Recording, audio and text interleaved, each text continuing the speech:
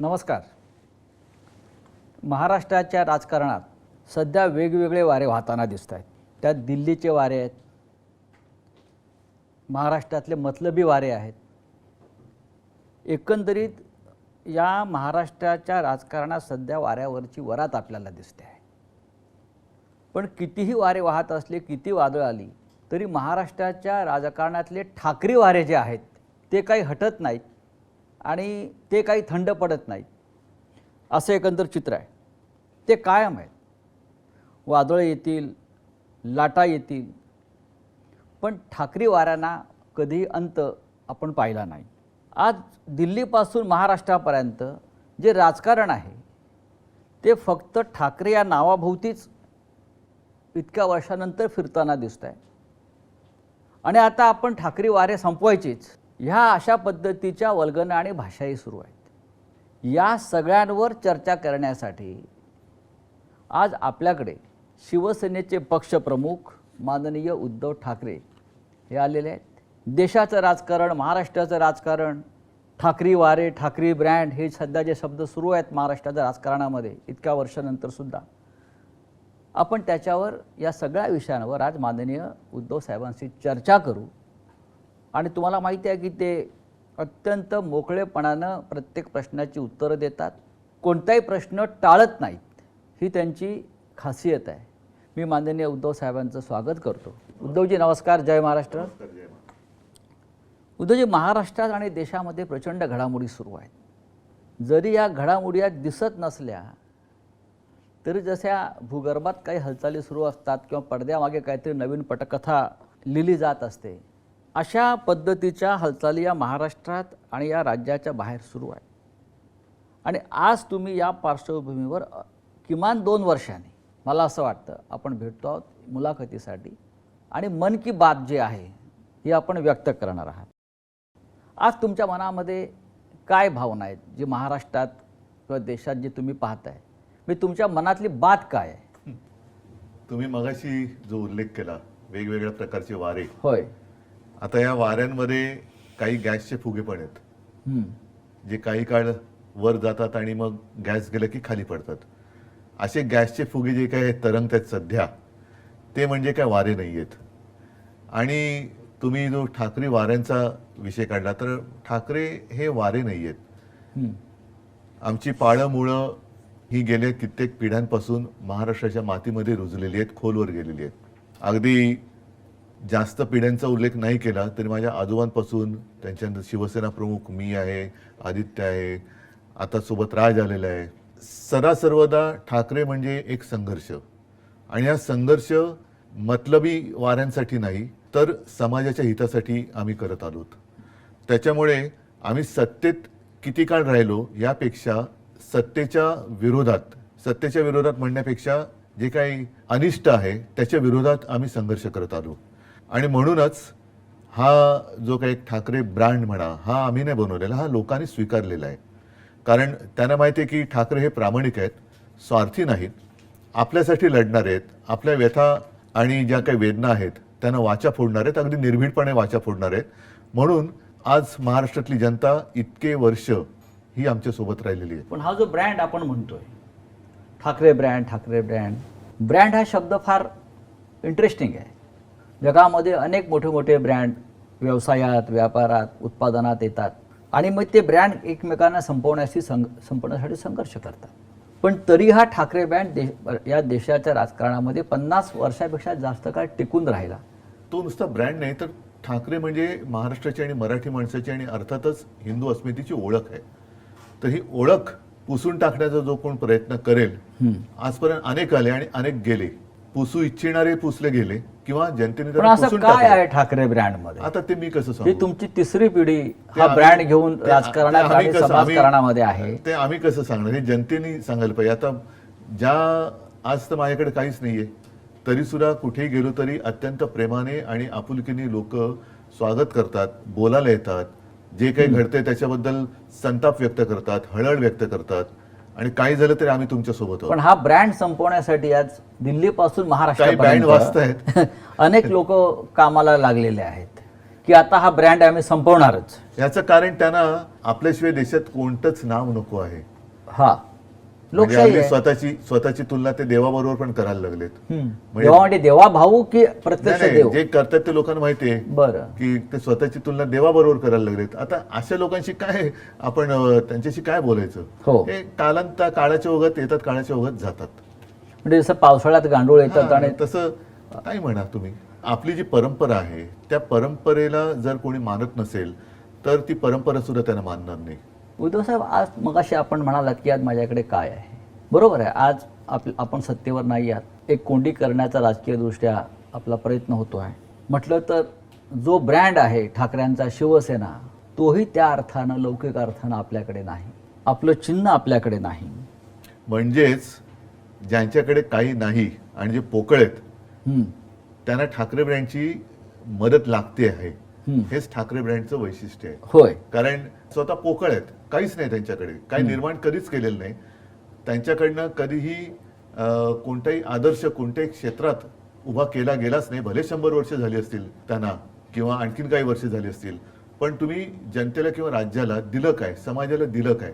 तर काहीच नाही. मग ही ब्रँडची चोराचोरी करून आपणच त्यांचे कसे भक्त आहोत हे ठासवून स्वतःचं महत्त्व वाढवण्याचा त्यांचा केविलवाणा प्रयत्न सुरू आहे. पण लोक त्याला आता भुलणार नाहीत. ठाकरे ब्रँडचे भक्त आहेतच. मी ब्रँड या शब्दापेक्षा म्हणजे ठाकरेंचे भक्त आहेतच. हा, पण ते ठाकरे म्हणजे मी नेहमी सांगतो की मी कोणी नेहमी शून्य आहे. उद्धव ठाकरे याला अर्थ नाही, उद्धव बाळासाहेब ठाकरे याला अर्थ आहे. म्हणून तर लोक ते जे काही म्हणजे बाळासाहेब नेहमी सांगायचे की नेहमी लक्षात ठेव की मी स्वतः म्हणजे शून्य आहे. आपल्या पूर्वजांचे आशीर्वाद, त्यांची पुण्य आहे, त्याला कधी विसरू नकोस. आम्ही आहोत ते त्यांच्या पुण्यामुळे आहोत, आम्ही शून्य आहोत. गेले काही दिवस सातत्यानं माझ्या मनात एक प्रश्न असा येतो, जसं मगाशी म्हटलं की पक्ष नाही, चिन्ह नाही, तरी फक्त या ठाकरे या नावावर तुमचा संघर्ष सुरू आहे. ठाकरे ह्या नावावरती नाही, म्हणजे ठाकरे संघर्ष करतायत. ठाकरे संघर्ष करतायत. त्याच्यामुळे आमचं नाव तर कोणी चोरू शकत नाही. पण तो तेही चोरण्याचा प्रयत्न होईल. आणि समजा चिन्ह किंवा इतर काही चोरतील, लोकांचं प्रेम कसं चोरणार? लोकांचा जो आमच्यावर विश्वास आहे तो कसा चोरणार? तो खोक्यातनं नाही ना विकलं जात. पण जेव्हा पक्ष चिन्ह जेव्हा चोरलं तेव्हा काही लोकांनी मातोश्रीवरती सुद्धा हक्क सांगण्याचा प्रयत्न केला. आता आम्हाला मातोश्री द्या, ठीक आहे, आता आम्हाला ठाकरे नावही द्या. तो त्यांच्या मातोश्रीचा अपमान आहे. होय. जे स्वतःच्या मातोश्रीला मानत नाही. हो. ज्यांनी या ठाकरे ब्रँडवरती प्रश्नचिन्ह निर्माण केलं आहे आणि ज्यांनी माझी शिवसेना खरी आणि माझं चिन्ह खरं असा भ्रम निर्माण केला निवडणूक आयोगाच्या माध्यमातून किंवा त्यांच्या दिल्लीतल्या मालकांच्या माध्यमातून, ते स्वतःची डुप्लिकेट शिवसेना भाजपात विलीन करायला निघालेले आहेत. याकडे तुम्ही कसं पाहता? मुख्यमंत्री पदासाठी त्यांच्याकडे दुसरा पर्याय काय? कारण त्यांच्या गुरुपौर्णिमेचं संपूर्ण वर्णन आपण केलं. हो. आणि ते आपण केलेल्या वर्णनात ते सगळे चित्रच आमच्या सगळ्यांच्या डोळ्यासमोर उभं राहिलं की काय काय तिकडे झालं. तर असे जे असतात त्यांना माहिती आहे परावलंबीच असतात. पण ही जी शिवसेना आहे उद्धव साहेब, कुठली जी आमची आपली तीच शिवसेना, दुसरी आहे. शिवसेना नाहीच. पण अमित शहा, निवडणूक आयोग यांनी अधिकृतपणे जी शिवसेना दुसऱ्यांच्या हातात दिली आहे, ते अशा प्रकारे शिवसेना भाजपात कशा प्रकारे विलीन करू शकतात? नाही, शेवटी त्यांना म्हणजे हे शिवसेनेचं अस्तित्व संपवण्याचा प्रयत्न आहे का? हो, पण ते संपवू शकत नाहीत ना. इतके वर्ष होऊनही जनतेला ते माझ्यापासून तोडू शकत नाहीत. हेच तर त्यांचं दुःख आहे. त्याच्यामुळे आता शेवटचा पर्याय तोच आहे की जो त्यांचा पहिला पर्याय होता की जाऊन घालीन लोटांगण वंदीने चरण करायचं. कारण दुसरा पर्यायच नाहीये. किती काही चोराचोरी. बघा, एक गोष्ट सांगतो मी, हे मागे जाहीर सभेत बोललेलं आहे. कदाचित शिवसेनेचं निवडणूक चिन्ह हे निवडणूक आयोग दुसऱ्याला देऊ शकेल किंवा ते गोठवू शकेल. खरं गोठवायला पाहिजे जर असा वाद असेल. पण शिवसेना नाव ते दुसऱ्याला देऊ शकत नाही. तो अधिकारच नाही निवडणूक आयोगाला. कारण ते शिवसेना हे नाव माझ्या आजोबाने आणि माझ्या वडिलांनी दिलेलं आहे. उद्या मी निवडणूक आयुक्ताचं नाव बदलून त्याचं नाव धोंड्या ठेवलं तर अधिकार आहे का? पण मग जर माझं नाव बदललं तर मी त्याला धोंड्याच म्हणणार. तर त्या धोंड्याला हा पक्षाचं नाव बदलण्याचा अधिकार नाहीये. तो चिन्ह तुम्ही काढून घेऊ शकता. जर लोकशाही पद्धतीमध्ये आम्ही काही वेडवाकडं वागलो असेल, ज्याला करप्ट प्रॅक्टिस म्हणतात त्याला, पण संविधानानुसार असेल किंवा इतर काही गोष्टीनुसार असेल, त्याच्यात जर आम्ही चूक केलेली नसेल तर ते आमचं चिन्हही काढू शकत नाही. मतांची टक्केवारी वगैरे हा जे काय असेल ते त्या चिन्हापुरतं आहे. पण नाव नाही देऊ शकत. पण त्याच्यामुळे धोंड्याने हे केलं ना. त्या धोंड्याने ते बेकायदेशीर केले. त्या धोंड्याला शिवसेना नाव दुसऱ्याला देताच येत नाही ना, तो त्याच्या अधिकारच्या बाहेरच आहे. पण त्या धोंड्याला शेंदूर फासणारे दिल्लीत बसलेत म्हणून चालतंय. कारण एक धोंड्या गेला आणि दुसरा धोंड्या त्या खुर्चीवर बसलाय आणि तरी तो निर्णय बदलायला तयार नाही. पण ते लोक नाही ऐकणार त्यांचं. शेवटी चोरीचा माल जो आहे, आता तुम्ही चोरून मतं मिळवलीत आणि त्याच्यावरती जर का मर्दुमकी गाजवत असाल तर चोर तो चोरच आहे.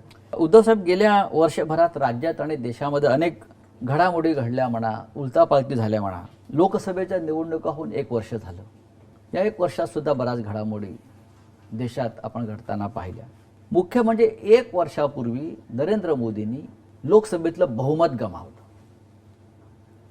मोदीसारख्या विष्णूच्या अवतारानं लोकसभेत बहुमत गमावणं, याकडे तुम्ही कसं पाहता? काय होतं की ते एक आपल्यामध्ये काही म्हणी म्हणा किंवा काही गोष्टी आहेत की तुम्ही कदाचित सर्वजणांना एकदा मूर्ख बनवू शकता.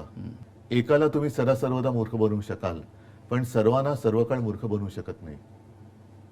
मला असं वाटतं याच्यामध्ये सगळं आलं. हळूहळू त्या जे काही गारूड टाकलं होतं त्यातनं लोक बाहेर पडायला लागलेत आणि आता तर आणखीन पडलेत. शेवटी तुम्ही किती काळ लोकांना देणार? म्हणजे 5 वर्ष दिली, 10 वर्ष दिली. ही 5 वर्ष आणि 10 वर्ष ही जनतेच्या आयुष्यातली, म्हणजे देशाच्या आयुष्यातली आहेत. देशाच्या आयुष्यातली ही वाया गेलेली वर्ष. म्हणजे 14 साली समजा 10 वर्षाची लोक होती, ती आता मुलं होती, ती आता आली ना 21व्या वर्षात आली. मग त्यांना 21व्या वर्षानंतर तुम्ही 10 वर्षापूर्वी जे काय सांगितलं होतं की आम्ही एवढ्या नोकऱ्या देऊ, आम्ही असे उद्योग देऊ, आम्ही असं ते देऊ, ते कुठे आहेत? आणखीन 10 वर्ष खूप झाली. देश म्हणजे आपला किती कोटी अब्जाचा झाला आता? 140 कोटी. म्हणजे दुसरं काही नसलं तरी जगामध्ये नंबर 1 आपण लोकसंख्येत आहोत. तिसरी अर्थव्यवस्था, महाअर्थव्यवस्था झाली नसली. नाही, पण एक मी काल वाचलं एका ठिकाणी की अमेरिकेतली एक कंपनी, तिची अर्थव्यवस्था ही आपल्या देशापेक्षा जास्त आहे, जी गेल्या 10-1 वर्षापूर्वीच जन्माला आलेली कंपनी आहे. बरं. आणि तिची अर्थव्यवस्था ही आपल्या देशाच्या अर्थव्यवस्थेच्या बरोबरीने किंवा आपल्या देशाच्या अर्थव्यवस्थेपेक्षा जास्त आहे, एका कंपनीची. मोदींनी जे बहुमत गमावलं त्यात महाराष्ट्राची भूमिका अत्यंत महत्त्वाची. हो. महाराष्ट्रानं लोकसभेला आपण सगळ्यांनी, जी इंडिया ब्लॉक होता किंवा महाविकास आघाडी असेल, 31 जागा एकत्रित जिंकल्या. हे कसं शक्य झालं? याचं कारण त्यावेळेला महाविकास आघाडी खूप ताकदीने आणि एकजुटीने लढली. बूथ लेवलवरचा कार्यकर्ता सुद्धा अत्यंत जागरूक होता आणि ज्या काही गोष्टी ह्या त्यांच्याकडनं अब की बार 400 पार हे संविधान बदलण्यासाठी होतं, हे लोकांना कळलं. म्हणजे आम्ही पटवून देण्यात यशस्वी झालो म्हणण्यापेक्षा आपली लोक एवढी काही मूर्ख नाही आहेत की त्यांना ह्या गोष्टी कळत नाहीत. जनतेने हे ओळखलं आणि त्यांनी हे नको म्हणून मतदान केलं. म्हणजे लोकांना कळलं नाही, जे मी तुम्हाला सांगितलं की तुम्ही आतापर्यंत बोलत आलात, नुसतंच बोलताय, करताय काय? आणि ह्या सरकारचं म्हणा किंवा अगदी नाव घेऊन बोलायचं भाजपाचं जे एक धोरण आहे की सर्वसामान्य जनतेला नेहमी चिंताग्रस्त ठेवायचं, एक तणावग्रस्त ठेवायचं आणि त्या तणावग्रस्तामध्ये जाऊ दे ना बाबा, भानगड नको, यांना देऊन मोकळं हो. ती परिस्थिती सतत निर्माण करून ठेवायची. अस्थिरता, देशात अस्थिरता ठेवायची. मग ती जातीपातीत असेल, समाजात असेल, आर्थिक असेल, इतर काही असेल, आणि त्या अस्थिरतेचा दुरुपयोग करून त्यांच्या डोक्यावरती राज्य करायचं, ही यांची नीती आहे. आणि त्याच्यामध्ये परत तोडाफोडा आणि राज्य करा ही इंग्रजांची नीती अवलंबायची. म्हणजे फोडा झोडा आणि राज्य करा. हा, आता तोडा फोडा झोडा आणि म्हणजे स्वतःच बोलायचं बटेंगे तो काटेंगे आणि बटवारा तुम्हीच करताय. अशा प्रकारच्या प्रचारानं जे तुम्ही लोकसभेला गमावलं ते विधानसभेला गमावलं. फक्त 6 महिन्यामध्ये हे कसं घडलं याचं तुम्ही बघा, याच्यामध्ये एक सांगतो, सगळ्या गोष्टीवरती आपण आपले हात वर करण्यात काही अर्थ नाहीये. काही गोष्टी जबाबदाऱ्या आहेत, स्वीकारल्या पाहिजे. ईव्हीएमचा घोटाळा ह्याच्यावरती खूप मोठी चर्चा सुरू आहे. मतदार यादींबद्दल त्याच्याबद्दल चर्चा सुरू आहेत. बोगस मतदार त्याच्याबद्दल चर्चा सुरू आहे. मतदार कसे वाढले हे आता लोकांसमोर आलेले आहे. म्हणजे ही एक गोष्ट नाही, पण त्याचबरोबरीने काही ज्या त्यांनी योजना जाहीर केल्या जी आता फसगत झाली, लाडकी बहीण असेल, आणखीन काही असेल. महत्त्वाचा मुद्दा काय की निवडणूक जेवढी मोठी असते त्यावेळेला वाद हे थोडे मी म्हणेन कमी असते. निवडणूक छोटी होत जाते. छोटी कोणत्या अर्थाने मी म्हणतोय, मतदारसंघाच्या ह्याने बोलतोय. तशी कोणतीच निवडणूक छोटी किंवा मोठी नसते. मतदारसंघ छोटा होत जातो तसतसं त्याच्यामध्ये स्पर्धा ही वाढत जाते. आणि लोकसभेच्या वेळेला महाविकास आघाडीमध्ये बघा 1, 2, 3 पक्ष एकत्र आल्यानंतर थोडी खेचाखेच होते. ही शिवसेना आणि भारतीय जनता पक्षात सुद्धा होत होती. आता महाविकास आघाडीमध्ये आम्ही महाविकास आघाडी म्हणून पहिल्या प्रथम निवडणूक लढलो ती लोकसभा. त्याच्यामुळे ठीक आहे, आम्ही म्हणजे शिवसेनेने सुद्धा काही वेळेला 4-4 वेळा 5-5 वेळा जिंकलेले मतदारसंघ आपल्याला जिंकायचंय म्हणून सोडून दिले. विधानसभेच्या वेळेला काय झालं, शेवटच्या दिवसापर्यंत खेचाखेच चालू राहिली. हा मतदारसंघ तुला, हा मतदारसंघ मला, हा तुला, हा मला, हा तुला, हे तुतुमयमय हे शेवटच्या क्षणापर्यंत झालं. त्याचा दुष्परिणाम हा साहजिकच जनतेमध्ये असं झालं, अरे हे आत्ताच जर काही खेचाखेची असेल तर नंतर काय होणार. आणखीन एक महत्त्वाचा विषय असा झाला की लोकसभेच्या वेळेला मी प्रचार सुरू केला होता साधारणतः फेब्रुवारीत. तेव्हा काय होतं, माझ्यासमोर उमेदवार होते माझे, पण निशाणी नव्हती. विधानसभेच्या काय वेळेला काय झालं, निशाणी होती पण जागा कोणत्या, आणि मी त्याच्यानंतर जागा मिळाल्यानंतर उमेदवारी कोणाला देणार हे निश्चित नव्हतं. तर ही जी काय तुतुमयमे झाली ही स्वीकारली पाहिजे. आपल्याकडनं झालेली मोठी चूक होती आणि ती जर का चूक परत करायची असेल तर मग त्या गोष्टीला एकत्र येण्याला काही अर्थ राहत नाही. म्हणजे समन्वयाचा अभाव होता. समन्वयाच्या अभावापेक्षा लोकसभेचं यश हे नाही म्हटलं तरी सगळ्यांच्या डोक्यात गेलं. लोकसभेच्या वेळेला महाविकास आघाडी आणि सगळे नेत्यांपासून कार्यकर्त्यांपर्यंत, अरे ठीक आहे तू आपल्याला जिंकायचंय, हे आपलेपण होता. विधानसभेला नाही मला जिंकायचंय, हा आपल्यातून मीपणा जेव्हा आला तेव्हा पराभव आला. आणि त्याचबरोबर या तांत्रिक बाबी ज्या होत्या, मग त्याच्यामध्ये योजनांचं एक त्यांनी ज्या काही गोष्टी जाहीर केल्या, त्यानंतर म्हणजे शेतकऱ्यांची कर्जमुक्ती कुठे करतायत, योग्य वेळी करू. मीच एक मुख्यमंत्री असा होतो की ज्यांनी कोणीही न मागता, माझं मुख्यमंत्री म्हणून नागपूरमध्ये एकच अधिवेशन झालं पहिलं, आणि तेव्हा आम्ही फक्त 7 मंत्री होतो माझ्यासह. मी कोणीही न मागता 2 लाखापर्यंतचं पीक कर्ज शेतकऱ्याचं मी त्याला मुक्त केलं होतं. त्याच्यानंतर जो नियमित कर्ज परतफेड करत होता किंवा करतो त्याला 50,000 रुपये एक प्रोत्साहनपर राशी, जी दुर्दैवाने करोनामुळे त्यावेळेला मी देऊ शकलो नाही, सुरुवात केली आणि सरकार पाडलं. पण आपण इतकी उत्तम कामं तुमच्या मुख्यमंत्रीपदाच्या कार्यकाळात केलीत. कर्जमाफी असेल, शिवभोजन थाळी असेल, गरिबांसाठी मुंबईमध्ये 500 स्क्वेअर फुटापर्यंत मालमत्ता कर रद्द केलेला आहे. आपण करोनाच्या काळातलं जगातलं उत्तम काम आपण करून दाखवलं. पण हे सगळं काम लोकांपर्यंत पोहोचवण्यात आपल्याला अपयश आलं. नक्कीच आलं. आज जे ढोल वाजवले जात आहेत न केलेल्या कामाचे, आणि तुम्ही केलेल्या कामाची साधी पिपाणी वाजवली नाही. नक्कीच हे पूर्णपणे मला मान्य आहे. याचं कारण असं की लोकसभा आणि विधानसभेमध्ये, लोकसभेत शेवटी देशाचा विचार करून संविधान बदलणार हा एक मुद्दा होताच, त्याच्यामुळे निवडणूक त्याच्यावर फोकस झाली. विधानसभेच्या वेळेला साहजिकच आहे राज्यावरती ती फोकस व्हायला पाहिजे होती, तेवढी झाली नाही.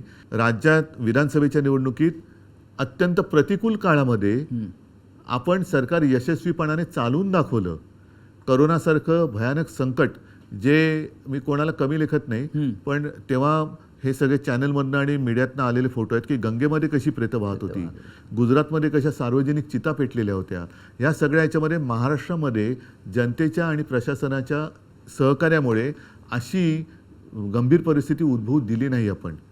म्हणजे प्रत्येकाला उपचार तर आपण देत होतो, पण करोना या व्हायरसला अजूनही उपचार नाही सापडलेला, तो भाग वेगळा. पण ही गोष्ट की अरे आम्ही प्रतिकूल काळात सरकार चालून दाखवू शकलोय.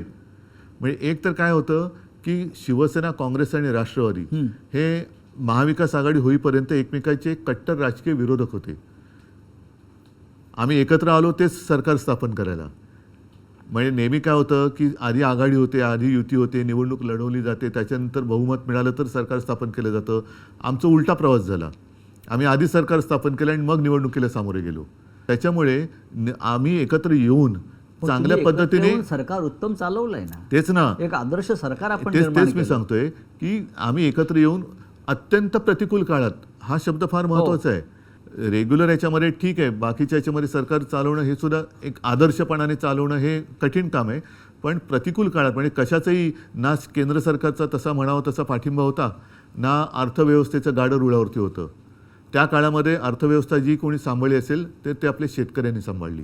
तर ते आम्ही लोकांसमोर सांगू शकलो नाही. का तुम्ही किती देताय, एवढे आम्ही एवढे देतो, तुम्ही 2100 देताय आम्ही 2500 देतो, 3000 देतो, तुम्ही हे करता आम्ही हे करतो. म्हणजे ती एक विचित्र चढाओढ झाली आणि त्याच्यात आपण केलेली चांगली कामं ही जनतेसमोर सांगू शकलो नाही, हे प्रांजळपणाने मान्यच करायला वाहून पाहिजे. गेले असं वाटत नाही का? लोकांपेक्षा या मी म्हणेन पैशाच्या पावसामध्ये पैशाचा पाऊस तर आपला पडलाच. मतदार काही म्हणजे अंशी हे सत्य उद्धव असेल. ठाकरे यांच्या कामाची वाहवा आजही लोक करतात, नाही मी तेच तेव्हाही सांगतो ना. करत होते. नाही, पैशाचा पाऊस पडला आणि त्याच्यात बरीच लोक वाहून गेले, आजही लोक मान्य करतायत. हा, प्रत्यक्ष मी काय बघायला गेलो नाही, परंतु हे आपल्याकडनं जी काय उणीव राहिली ती उणीव मी होय. नक्की स्वीकारली पाहिजे. ती म्हणजे आपण केलेली कामं लोकांना सांगू शकलो नाही. आपण शेतकऱ्यांची कर्जमुक्ती केली, शिवभोजन सुरू केलं, शेतकऱ्यांना हमीभाव दिला होता, बऱ्याच काही काही गोष्टी केल्या, बऱ्याच गोष्टी केल्या. लॉ अँड ऑर्डर मेंटेन होती. अगदी त्यावेळेला पहिल्याच्या ते CA आणि NRCचं भानगड करून ठेवली होती केंद्राने, त्याच्यात आपण लॉ अँड ऑर्डर मेंटेन केली. बरं, मुख्यमंत्री म्हणून करोनासारख्या संकटात मी ह्यांच्यासारखं बटेंगे तो कटेंगे नाही केलं. मी सगळ्यांना समानतेने वागवलं आणि सगळ्यांना मी सांभाळण्याचा प्रयत्न केला.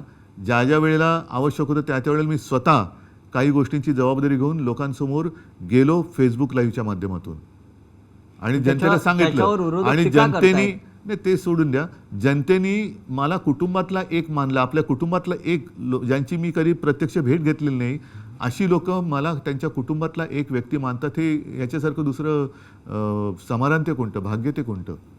भारतीय जनता पक्षाला स्वबळावर इतक्या जागा मिळतील म्हणजे याच्यामध्ये हे त्यांच्या स्वप्नातही त्यांना वाटलं नसेल. तुम्हाला असं वाटलं होतं का? मला नाही, मी म्हटलं ना, त्यांनाही त्यांच्या स्वप्नात कधी वाटलं नसेल.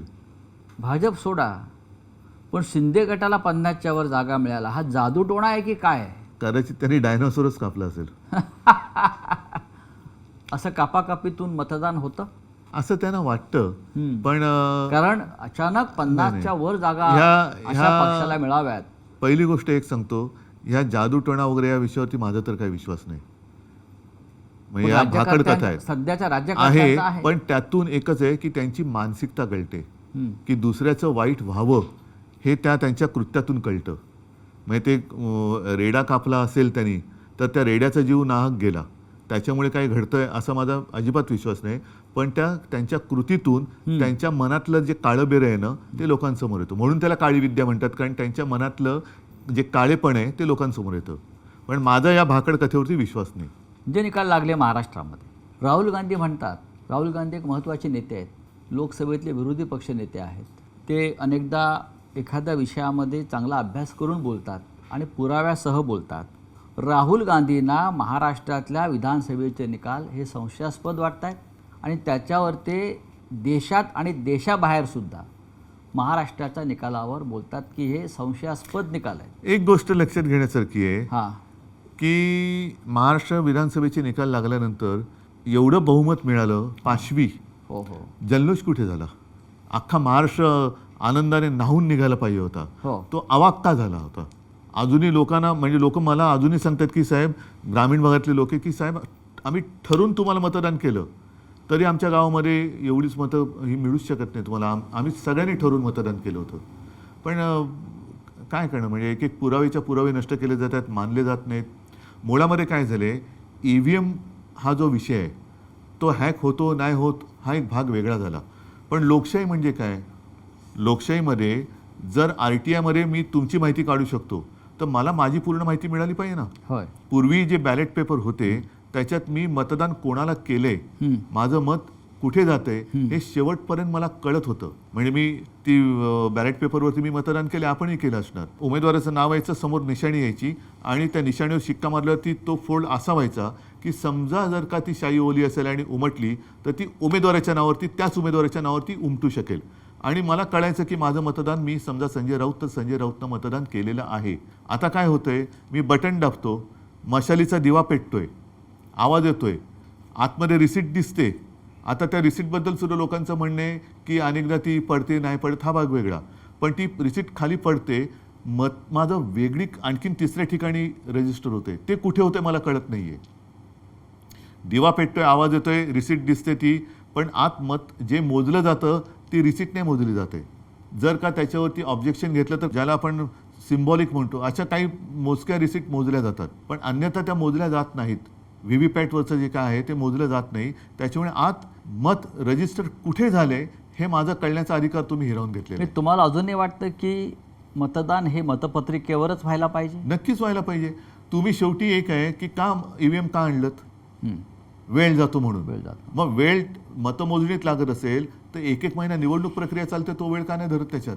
माझ्याकडे जर 1 तारखेला मतदान झालं महाराष्ट्रात आणि दुसरीकडे बिहारमध्ये वगैरे 30 मेला मतदान होत असेल तर मधला वेळ माझा गेलाच ना. मग फरक काय पडतो? 30 तारखेनंतर 4 दिवस तुम्ही मतमोजणीत लावले तर काय असं मोठं आव्हाड कोसळते? आणि अनेक म्हणजे अगदी मला वाटतं अमेरिकेत वगैरे सुद्धा अजूनही बऱ्याच ठिकाणी बॅलेट पेपर आहे. UK मध्ये ब्रिटनमध्ये पण बॅलेट पेपर आहे. मग ते काय आपल्यापेक्षा मागास देश आहेत? जर तुम्हाला वेळ वाचवण्यासाठी हे करत असाल आणि स्वतः मोदींचं भाषण आहे त्यावेळेला बॅलेट पेपरच्या विरोधात, सगळ्यांच्या भारतीय जनता पक्षाने विरोध केलेला आहे ईव्हीएमच्या विरोधात. हो, देशाचे सरन्यायाधीश भूषण गवई यांच्या आईनंही मागणी केली आहे. मग म्हणजे देशाचे सरन्यायाधीश असलेल्या गवईंच्या आईनंही ताईंनी सांगितलेलं आहे की निवडणुका या बॅलेट पेपरवरच व्हायला पाहिजे. तसंच आहे ते. आणि मग का व्हायचं तर होऊ दे ना. मग त्याच्यानंतर तुम्ही जिंकलात आणि तुम्हाला 288 पैकी 500 जागा मिळाल तरी मग आम्ही कोणी काय बोलू शकतो? याच्यात एक महत्त्वाचा फॅक्टर जो राहुल गांधी सांगतात, 60 लाख अचानक वाढलेलं मतदान संध्याकाळी 5 नंतर आणि मतदार यादीतला झालेला ठरवून केलेला घोळ, नावं कापणं. आता बिहारमध्ये काय घडत होतं तेच आहे ते की तुम्ही तुमची आयडेंटिटी महाराष्ट्रामध्ये सुद्धा निवडणूक प्रक्रियेच्या आधी नाही, आता जरा बिहारमध्ये ज्याला आता कोर्टाने मला वाटतं स्थगिती दिली आहे, ते काय होतं नीट सांगा? मतदारांनी स्वतःची ओळख पटवून द्यायची. म्हणजेच तुम्ही एनआरसी आणलात. हो, म्हणजेच एनआरसी आणलात ना. मी इतके वर्ष राहतोय, माझ्याकडे मग आधार कार्ड हे काय? हा मोठा फ्रॉड आहे. रेशन कार्ड, आधार कार्ड हा फ्रॉड आहे. आधार कार्डचं प्रिंटिंग आणि जे काय सगळं केलं जाते हा फ्रॉड आहे. जर ते तुम्ही धरणार नसाल तर तो फ्रॉड आहे. मग ते पण कॉन्ट्रॅक्टर कोण आहेत, काय आहेत? मग हे आधार कार्डची हे आणली कोणी? मग आधार कार्ड फ्रॉड आहे का? जाहीर करा. आणि आयडेंटिटी म्हणजे काय देणार तुम्ही? आणखीन काय? म्हणजे हा एनआरसी तुम्ही आणलात आहे ना, एनआरसीच आणलात आणि तो आपल्या सगळ्या हिंदूंना पण लागू झाला. त्याच्यामध्ये आता 1 नेशन 1 इलेक्शन लादलं जात आहे.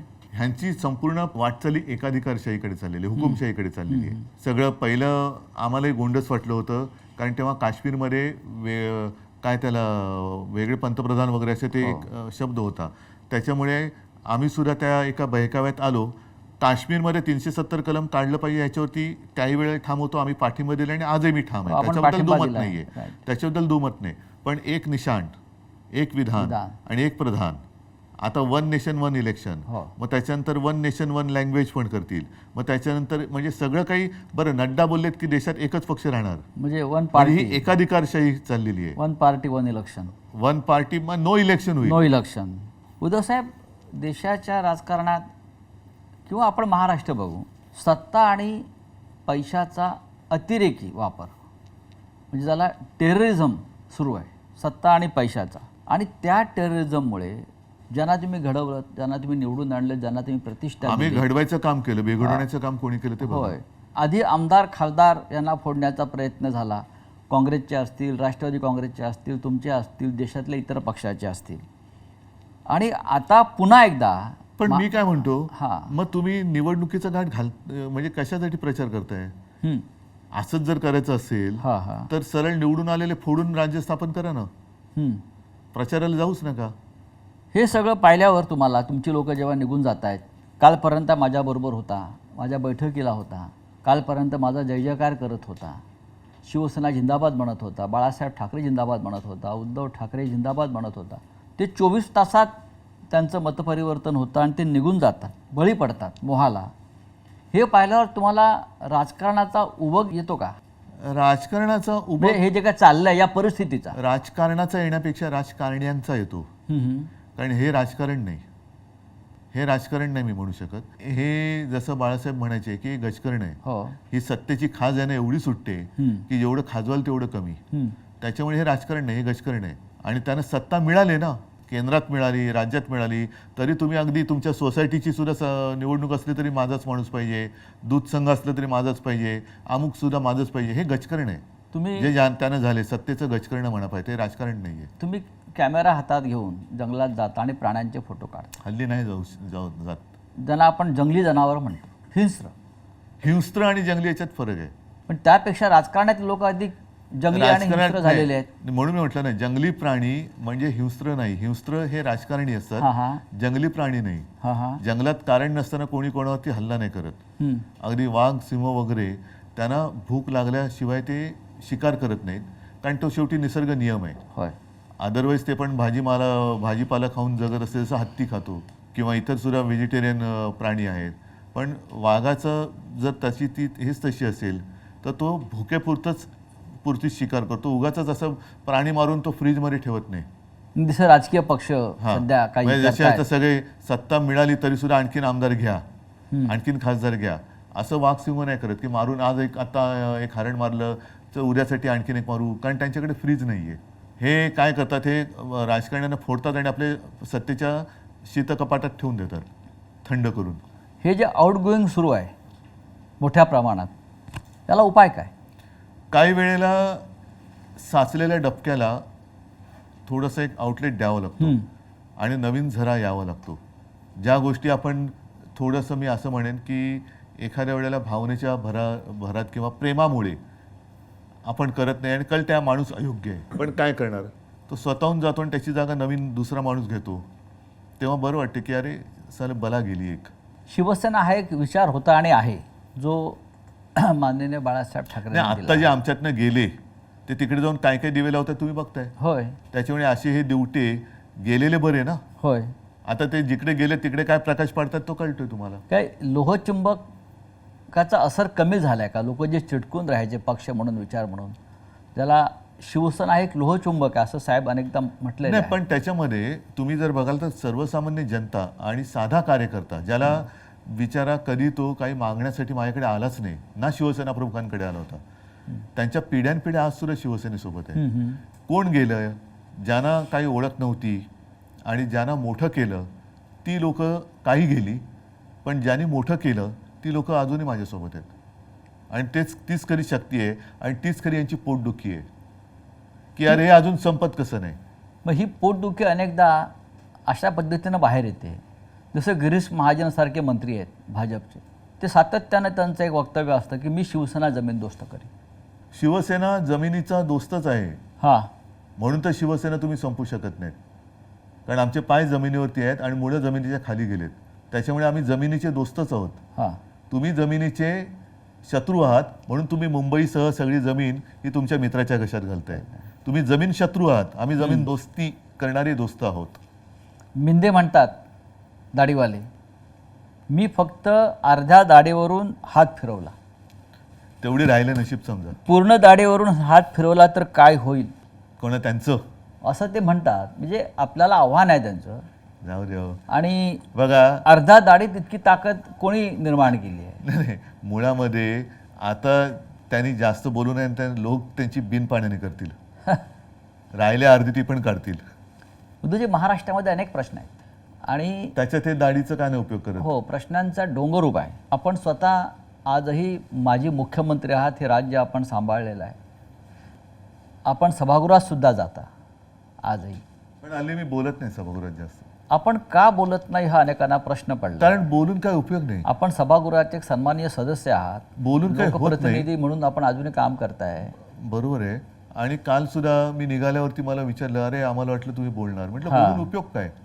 कारण कालचं सुद्धा जे एक बिल आणलं जनसुरक्षा, त्याच्यावरती चर्चा झाल्यानंतर त्यातनं काही घेतलं का, तुम्ही घेणार आहात का, घेण्याची तयारी आहे का, तर मी बोलतो. कारण सर्व काही तुम्ही शेवटी 5वी बहुमताच्या आधारावरती रेटूनच नेणार असाल तर बोलून तरी काय उपयोग आहे. मग मी बाहेर बोलतो ते चांगलं आहे ना. तुम्हाला हे जे ज्या बिलाचा आपण उल्लेख केला, जनसुरक्षा बिल, या बिलाचे तुम्हाला काय धोके वाटतात? कारण सरकारचं म्हणणं आहे की आम्ही हे जनतेच्या, राज्याच्या, राष्ट्राच्या सुरक्षेसाठी आणलेलं हे एक विधेयक आहे. बरं, हे बिल जर का आणलं, म्हणजे आता त्यांनी काल मंजूर केलं, बघू पुढे काय होते. महिलांवरचे अत्याचार थांबणार आहेत का? चोऱ्या माऱ्या, खून, दरोडे थांबणार आहेत का? लूटमार जी चालू आहे ती थांबणार आहे का? अगदी मध्ये आलो तर समृद्धी महामार्गावरती लूटमार चालले, इकडे लूटमार चालले. तसं नाही आहे हे. मी बिल वाचलं आणि काल मी बोललो, त्याची सुरुवात फक्त त्यांनी सांगितले कडव्या डाव्या विचारसरणीची. आता कडवा डावा म्हणजे काय? मुळामध्ये डावी विचारसरणी म्हणजे काय, उजवी विचारसरणी म्हणजे काय? आपल्याकडे काय झालेलं आहे की सर्वसाधारणतः डावी विचारसरणी म्हणजे त्याच्यात जर पण वाचलं तर सामाजिक न्याय, व्यक्ती स्वातंत्र्य, भाषण स्वातंत्र्य, समानता ह्या गोष्टी त्याच्यात उल्लेखलेल्या आहेत. उजव्या विचारसरणीमध्ये धर्माधिष्ठितता, त्याच्यानंतर भांडवलशाही, म्हणजे डाव्या विचारसरणीत काही गोष्टी चांगल्या आहेत, उजव्यामध्ये काही वाईट आहेत.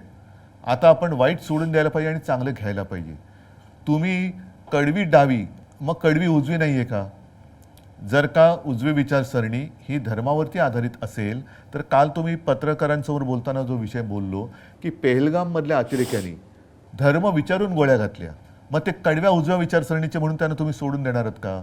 तर असं करण्यापेक्षा तुम्ही दहशतवादी, देशविघातक, देश विघटनकारी या शक्तींविरोधी आतापर्यंत आपण लढत आलेलो आहोत. अमित शहा पण बोललेत की आता नक्षलवाद संपत आलेला आहे. नक्षलवाद किंवा दहशतवाद संपवायला आमचा पूर्ण पाठिंबा आहे. या कायद्याचा राजकीय दृष्ट्या गैरवापर होईल अशी भीती वाटते. जसा मिसाचा झाला, नाही पण टाडा नावाचा कायदा आला, मिसा आला आणीबाणीमध्ये, पोटा आला, असे अनेक कायदे याच कारणासाठी आणि आणि त्या सगळ्या कायद्यांना भारतीय जनता पक्षाने विरोध केला होता. आणि आज त्याच प्रकारचा कायदा नाव बदलून महाराष्ट्रामध्ये आत्ताच गेल्या 8-10 दिवसापूर्वी भारतीय जनता पक्षाने देशभर आणीबाणीचा 50वा दिवस विचित्र पद्धतीने त्याची आठवण करून देण्यासाठी केली. आता हीच लोक होती यांनी त्यावेळेला आणीबाणीला विरोध केला होता. आता तीच लोक आहेत जे आणीबाणी आणू इच्छित आहेत किंवा आणीबाणी त्यांनी ऑलरेडी अघोषित आणलेली आहे. म्हणजे ज्या गोष्टीला तेव्हा त्यांनी विरोध केला होता तीच गोष्ट ते आता आणतायत. निदान इंदिरा गांधींनी उघड तरी केलं होतं की आणीबाणी लागते किंवा लावताय, यांच्यामध्ये ती हिंमत नाहीये. आता तुम्ही सुद्धा एका कायद्याचे बळी पडलातच ना. तुम्हाला सुद्धा PMLAच्या याच्यात काय संबंध होता तुमचा? त्याच्यानंतर कोर्टाने तुम्हाला सोडलंच. हा जो प्रकार आहे ना की तू आमच्या पक्षात नाही तर तुला टाळत टाकतो, आमच्या पक्षात नाही तर तुला मिसा लावतो, म्हणजे दुसरा तिसरा कोणता मोका आहे आणि मोका आहे PMLA असे आहे. म्हणजे आता जर का दहशतवाद किंवा नक्षलवाद संपवत आणला असेल तर आत्ता का कायदा आणताय? जर तुमच्याकडे 64 नावं आहेत तर ती नावं जाहीर करा, त्यांची पापं जाहीर करा आणि त्यांच्यावरती बंदी टाका. आम्ही कुठे काय म्हणतोय? आम्ही कधीही आत्तासुद्धा मध्ये जे काय घडलं त्याच्यामध्ये सर्व पक्षांनी, राजकीय पक्षांनी पंतप्रधानांनी सांगितलं तुम्हाला देशासाठी चांगल्यासाठी जे करायचं करा, आम्ही तुमच्या सोबत आहोत.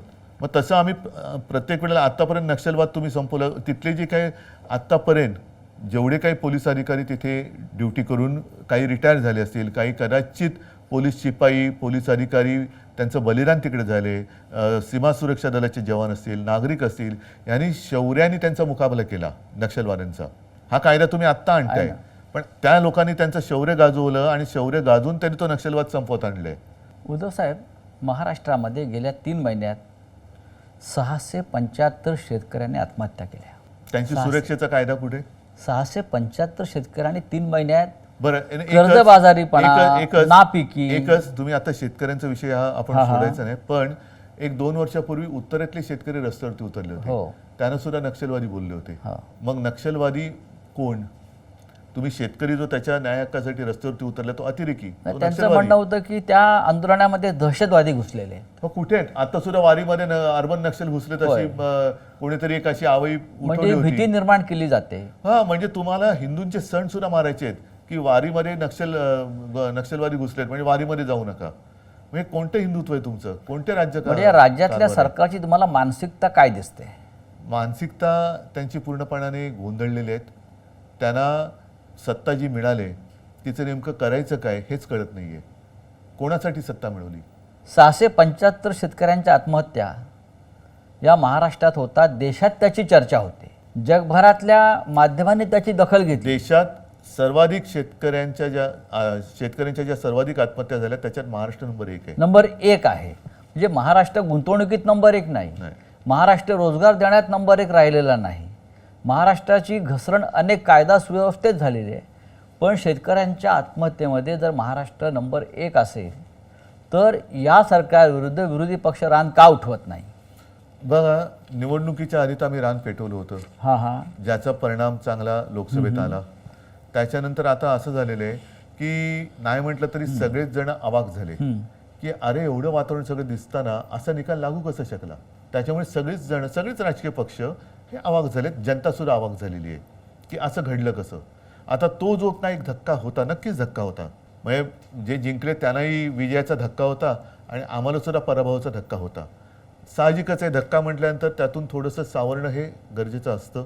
आता या गोष्टी जनतेच्या लक्षात आल्यात की अरे हे सगळं एक काहीतरी डोळ्यावरती पट्टी बांधली गेली आणि आत्ता ह्या संघर्षाला नुसती सुरुवात नाही तर धार येईल. कारण शक्तीपीठ महामार्ग आहे, कोणासाठी करताय? राज्याकडे पैसे नाही, लाडक्या बहिणींना द्यायला पैसे नाही, इथून आदिवासींचे पैसे तिकडे वळवा, ह्यांचे पैसे तिकडे वळवा. मुंबई महानगरपालिका आता त्याच्या तिजोरीवरती यांनी डल्ला मारलाय, 2.5 लाख कोटीचं देणं करून ठेवलेलं आहे. म्हणजे इकडे पैसा नाही आणि तिकडे कॉन्ट्रॅक्टरची धन करण्यासाठी तुम्ही कॉन्ट्रॅक्ट काढतायत.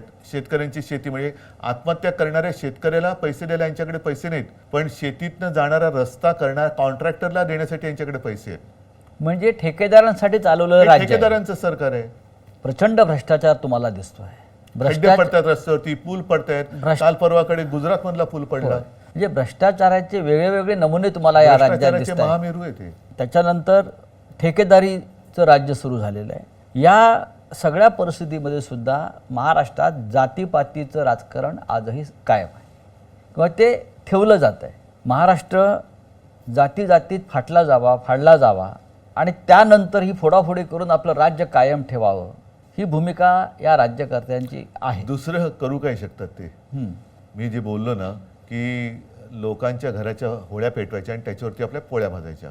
मग ते कधी हिंदू मुस्लिम कर, मग हिंदूंमध्ये मराठेतर कर, मराठी माणसामध्ये पुन्हा मराठी अमराठी कर, पुन्हा त्याच्यामध्ये म्हणून जे बाळासाहेबांचं वाक्य आहे, मराठेतर, ब्राह्मणेतर, 96 कुळी 92 कुळी, स्पृश्य अस्पृश्य, घाटी कोकणी, हे सर्व भेदाभेद गाडून मराठी माणसाची भक्कम एकजूट बांधा. आता तीच एकजूट ही यांच्या मुळावर येते म्हणून आता त्याच्यात तोडफोड करतायत. पण मराठा समाज रस्त्यावरती उतरला, त्यालाही सरकारनं थंड केलं सगळ्यांना. त्यांच्या मागण्या आता फार रेटल्या जात नाहीत. ओबीसीना त्यांच्या विरुद्ध उभं केलं, त्यांच्याही मागण्या अद्याप मान्य झालेल्या नाहीत.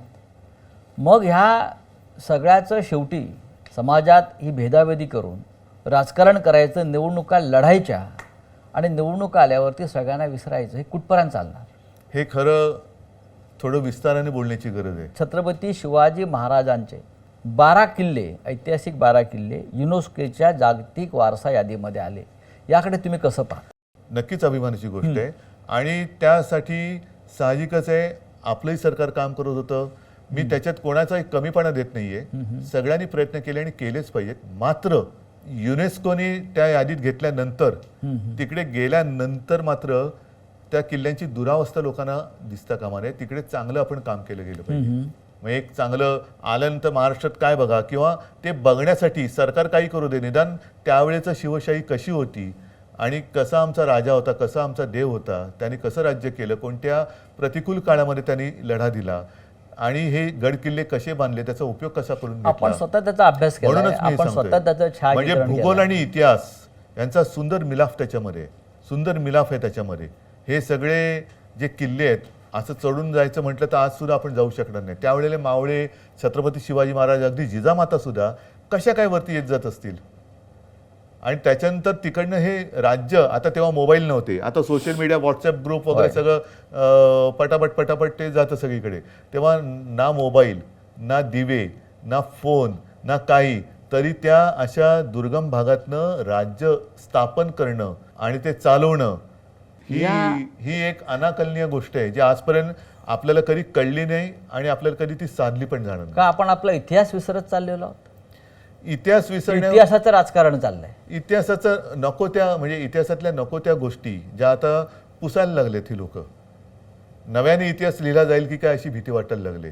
आणि माझ्या खेरीस या देशात कोण जन्मालाच आला नाही असंच एक चित्र निर्माण करण्याची परिस्थिती निर्माण झालेली आहे. उद्धवजी धन्यवाद. पहिल्या भागामध्ये आपण अनेक महत्त्वाच्या प्रश्नांना मोकळेपणानं उत्तरं दिली. थोडं थांबूया आणि आपण दुसऱ्या भागाकडे वळूया. नमस्कार.